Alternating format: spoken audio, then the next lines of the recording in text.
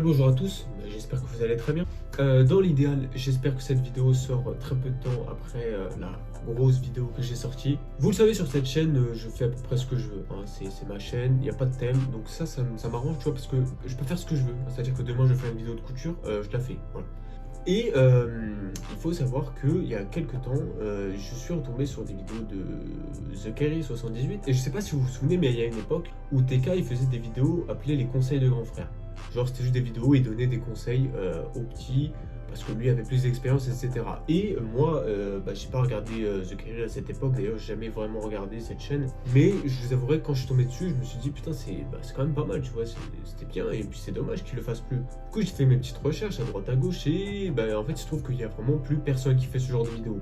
Et en vrai de vrai la vérité c'est que c'est vraiment dommage parce que c'était bien putain, genre donner des conseils aux petits, etc. C'est toujours une bonne chose et voilà, ça te permet de mûrir et de grandir. Et je pense qu'il y en a certains d'entre vous qui ont peut-être regardé à cette époque ces vidéos et ça les a aidés, normal, tu vois.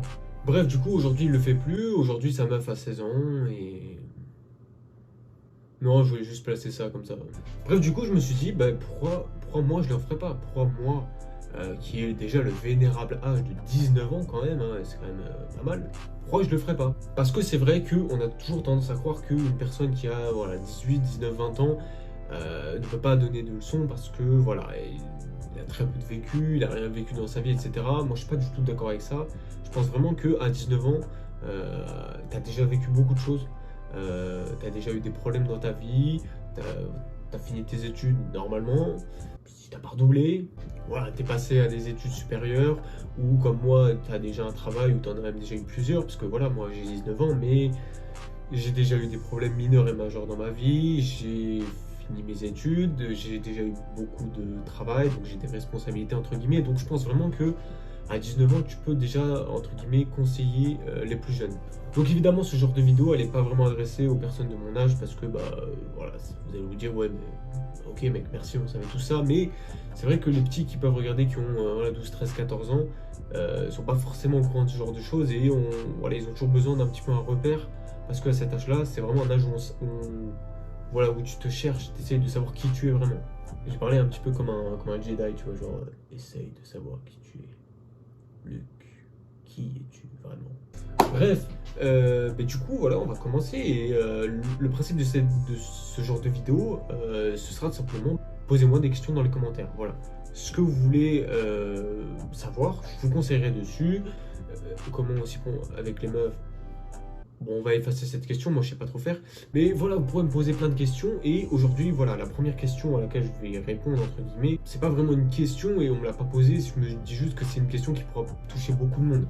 Tu vois, que à cet âge-là, voilà, comme je l'ai dit, 12, 13, 14 ans, c'est un âge où cette question, vraiment, elle vous touche, tu vois. T'es obligé d'être touché par cette question. C'est plus un problème qu'une question, tu vois. Le problème, c'est le suivant, c'est à cet âge-là, en général, on n'arrive pas à s'accepter. On n'arrive pas à aimer la personne que l'on est. C'est très rare qu'un jeune de cet âge, ils soit en mode, voilà, je m'aime bien comme je suis aujourd'hui. Et en plus, je vous avouerai que c'est une bonne chose parce que, vous voyez ça, normalement, vous les voyez, hein. Je sais qu'il n'y a pas beaucoup de lumière, mais je sais que vous les voyez parce qu'on les voit, on voit que ça, hein, sur ma gueule. Voilà, toi, je te vois depuis le début de la vidéo, tu fais que regarder ça, hein. Donc, tu vois, ça, c'est des boutons. Bon, alors, c'est pas de l'acné, c'est plus à cause du McDo et du fait que j'enchaîne les 280, les Big Mac, Big Tasty, McFirst. Mais il y a une époque où, dans ma vie, j'ai été vraiment très affecté par qui j'étais. C'est-à-dire que, tu vois, à cette époque où t'as l'adolescence, t'as genre la voix qui mue pour les filles, bon, on va dire que je m'adresserai plus aux garçons parce que je suis pas une fille donc du coup je sais pas trop comment ça se passe de votre côté, mais je pense que c'est à peu près la même chose. Voilà, c'est une époque où vraiment t'es là, genre t'as de l'acné, t'as des poils qui poussent ou t'en as pas.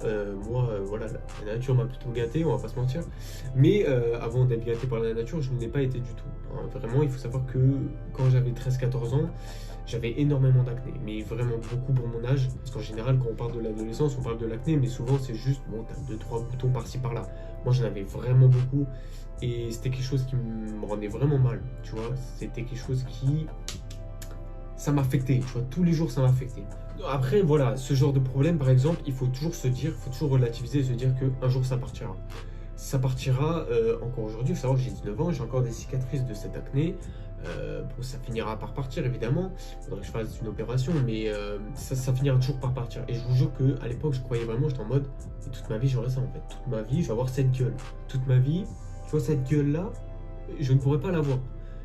Bien qu'elle ne soit pas parfaite. Donc voilà, c'était déjà un premier problème sur lequel voilà, je me questionnais parce que physiquement, à cette époque, quand tu es dans le début de l'adolescence, tu changes beaucoup. Tu vois, tu te reconnais limite même plus, tu as la voix qui mue, tu t'en rends même pas compte. Vous savez, moi, je me suis même pas, enfin, je saurais même pas vous dire à quel moment dans ma vie j'ai mué. Je me souviens même pas, genre, avoir fait une transition, tu vois, genre dans ma tête, j'ai toujours eu cette voix, alors que c'est pas le cas, tu vois. Bon, à 3 piges, je parlais pas comme un daron de 40 ans, tu vois. Donc voilà, ça, c'est des attributs physiques qui changeront avec le temps. Il y a eu un deuxième truc qui m'a beaucoup affecté, ça c'était quand je suis arrivé au lycée. Parce qu'au collège, j'y pensais pas trop, mais quand je suis arrivé au lycée, j'ai commencé à voir les mecs, tu vois, genre qui font du rugby, etc., qui étaient vraiment, genre, tu vois, des mecs stock, etc., tu vois. Et je me regardais et je me disais, putain, mais wow, genre, je suis vraiment mec. Le fait d'être mec, c'est quelque chose qui m'a beaucoup affecté, au moins la seconde première. Et c'est à partir de la terminale que je me suis dit, on va arrêter ça. Genre, on va arrêter, on va se mettre à la muscu, etc. Alors, ça a pris son temps, ça commence seulement à arriver, mais tu vois, ce genre de comportement, de défauts physiques, on va dire, que tu peux changer, c'est les meilleurs. Parce que tu peux le changer, justement. Faut pas être en mode, ouais, machin, ça changera jamais. Non. Si, par exemple, toi qui me regardes, t'es en surpoids ou t'es en sous-poids comme moi je pouvais l'être, ça changera. Ça, tu peux le changer. Il n'y a que toi qui pourras le changer. C'est pas parce que tu fais des tweets ou tu fais sur TikTok ou Instagram et que tu te plains à longueur de journée que les gens ne t'acceptent pas comme tu es. La seule personne qui s'accepte pas comme elle est, c'est toi. C'est pas les autres. La meilleure chose à faire, c'est vraiment charbonner. C'est le travail. Toujours le travail. Il n'y aura que ça qui comptera dans ta vie. Donc, si tu trouves trop gros, eh bien, va courir. Si tu trouves trop maigre, il va falloir se mettre à la muscu, il va falloir changer ton régime alimentaire, etc. Et au bout d'un moment, ça finira toujours par arriver. Moi, je suis en phase de transition, on va dire. C'est-à-dire que, voilà, globalement, depuis que j'ai commencé la muscu, c'est vrai que j'ai eu des périodes. Ça fait environ 2 ans, mais c'est 2 ans où j'ai eu des périodes de 2-3 mois. Là, maintenant, ça va faire 4 mois, quelque chose comme ça, que je m'y suis vraiment mis, tu vois, que je suis un régime alimentaire. Ça commence à porter ses fruits, c'est le tout début, mais tu vois, je me sens déjà mieux. Donc pour se sentir mieux, encore une fois, il faut toujours faire un travail sur soi. Il ne faut pas en vouloir aux autres que bah, toi tu sois différent d'eux et que voilà. Les regards méchants, ça on le verra sûrement dans une prochaine vidéo, j'en ferai une certainement sur ce sujet. Les regards méchants, il ne faut pas les calculer. C'est pas important de calculer ce genre de choses. La seule chose qu'il faut calculer, c'est tes objectifs. C'est te dire, moi je vais être comme ça, machin, machin. Après, tout ce qui va être défaut physique qui ne pourra jamais changer, il va falloir s'accepter avec, tu vois. Il va falloir se dire que bah, c'est comme ça. Par exemple, imaginons, t'es né avec une malformation, je sais pas, imaginons, t'as un doigt genre amputé.